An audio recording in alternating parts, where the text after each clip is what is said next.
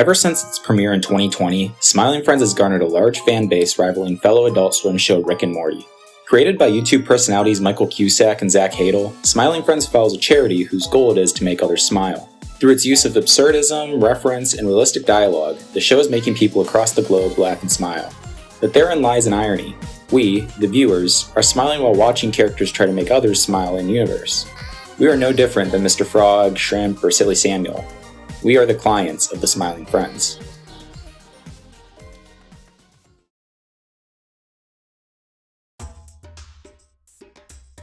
A fourth wall break is a narrative technique whereby fictional characters acknowledge the audience of a show.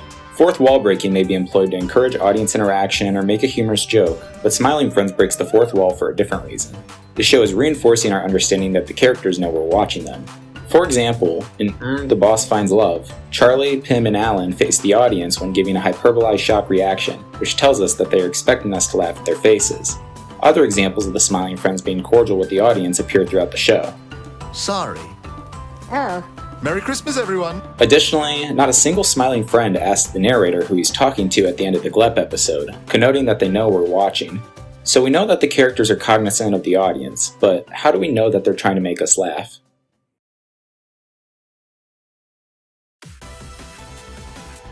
In the GLEP episode, Mr. Boss tells Pim and Charlie that they made 126 people smile over the course of 1 year. While the Smiling Friends celebrate this number, viewers can't help but be suspicious. Just 126 people? With Pim and Charlie being the only field workers in the organization, that means that the charity is only making 0.35 people smile per day. Would the state of Pennsylvania or private donors choose to fund a business this inefficient? I don't think so, and other fans have pointed out this inconsistency as well. This problem solves itself, however, if the audience is included as clients, as it would exponentially raise the amount of people who have smiled because of Pim and Charlie. One common explanation for Smiling Friends' funding problems is that Smiling Friends is a money laundering scheme, and this theory points out that Mr. Boss loses $2.4 billion due to the frowning friends moving in across the street. Alright guys, things are looking pretty bleak. I'm down $2.4 billion since this new company moved in across the street. But what if we reframe this statement as an allegory for the viewer experience? If people are frowning instead of smiling because of the Smiling Friends, the show loses its revenue, people check out, and the boss loses money. Don't forget that the characters in Smiling Friends are cognizant of the audience, so it's not unreasonable to think that Mr. Boss is actually commenting on the state of the show, and not the actual charity itself. The characters want to make us smile because if we're smiling, the show goes on. Perhaps the most damning evidence of this can be seen at the end of the GLEP episode. I was thinking why we started this business in the first place, and it was because of you, man. Mr. Boss is once again breaking the fourth wall to tell us why Smiling Friends exists. To make us smile. And how do they make us smile?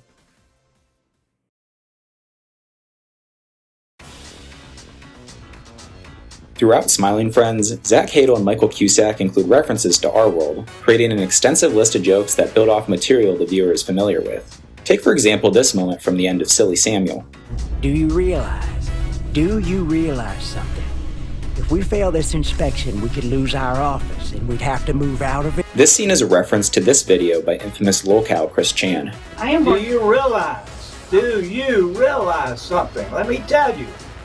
If the health department of Greene County sees those videos that you put on the damn internet, they could condemn our house. Another allusion to our world is YouTuber Daniel the Demon Slayer in The Boss Finds Love. Hello, I'm Daniel the Demon Slayer. I slay demons so you don't have to. Daniel is a reference to the YouTube comedy series Nostalgia Critic, created by Channel Awesome. Hello, I'm the Nostalgia Critic guy. Remember it so you don't have to. These references aren't only funny because they allude to things we already find entertaining, but these jokes manufacture irony. We, the audience, understand the references the Smiling Friends are making, but the characters themselves might not. In Squim Returns, Charlie's phone background is revealed to be a picture of Mr. Frog that parodies photos taken after Donald Trump survived an assassination attempt. Not only is the reference humorous, but the joke is funnier knowing that Charlie is unaware of the reference to Donald Trump. Through making parallels to our world, the characters of Smiling Friends are catering to our style of humor. Furthermore, the fact that these references may not apply to their universe makes them funnier by employing irony.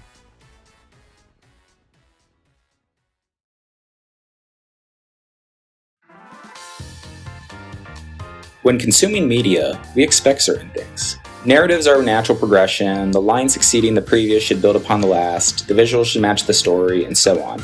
But what happens when our assumptions are played with? Smiling Friends subverts our expectations, and the unexpected results can create hilarious moments. Take for example this exchange between Shrimp and Jennifer in Shrimp's Odyssey. So, do you like Mouse Quest? Wait, are you serious? You're telling me you're a 4'6" shrimp with a receding hairline who loves Mouse Quest? You're literally everything I've ever dreamed about.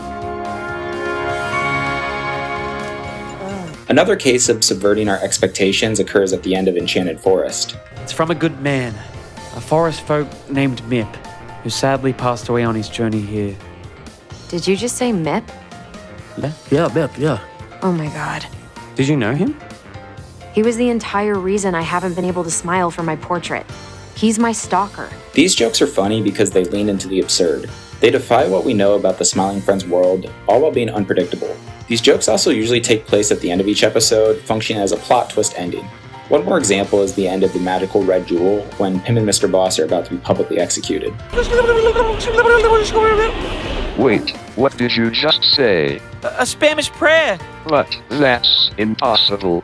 That's my prayer I invented, and I've only ever taught that to... Wait. Pim? Wait, you're my old pen pal? Pim? Oh, I never thought I'd see you in the flesh. These moments end up working because they aren't common. If our assumptions were defied at every chance, we would come to expect the unexpected. But Smiling Friends subverts our expectations just enough for us to be genuinely shocked when something crazy happens. It's that surprise that makes these bits funny, as the absurdity of the situation keeps us smiling.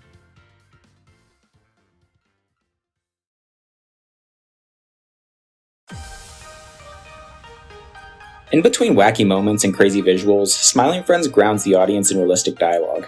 Because the status quo for this show is zaniness, the realism of the characters' conversations once again subvert our expectations.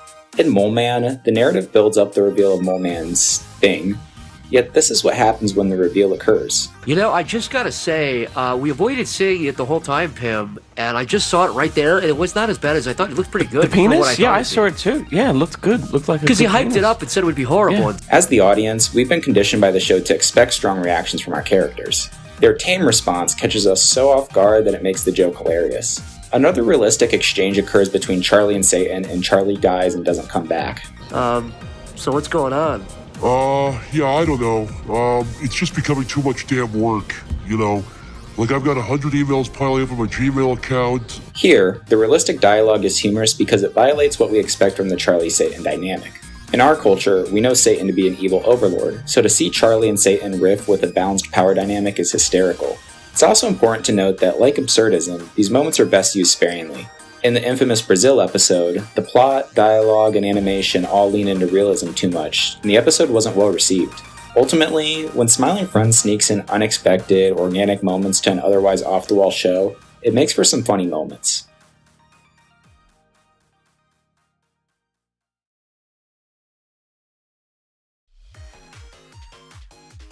So, is it working? Is Smiling Friends making us smile? Well, there's a few ways we can answer that question. If we look at series ratings, the first 3 seasons of Smiling Friends have been rated higher than any season of King of the Hill and Family Guy, as well as on par with the best seasons of The Simpsons and South Park. Rick and Morty and BoJack Horseman are the only notable adult animation shows who have had better 3-season runs, but Smiling Friends closely trails. As for cultural impact, check out this pop-up shop Adult Swim did for Smiling Friends in Brooklyn, where these people dressed up as the Smiling Friends for Halloween. And what about the host of self-inserts such as the cool autistic gamer 774? There's also a ton of memes that have made it to the mainstream. It's clear that Smiling Friends has a growing place in contemporary pop culture. As for households, yeah, Smiling Friends isn't being watched by as many people as other adult animation shows.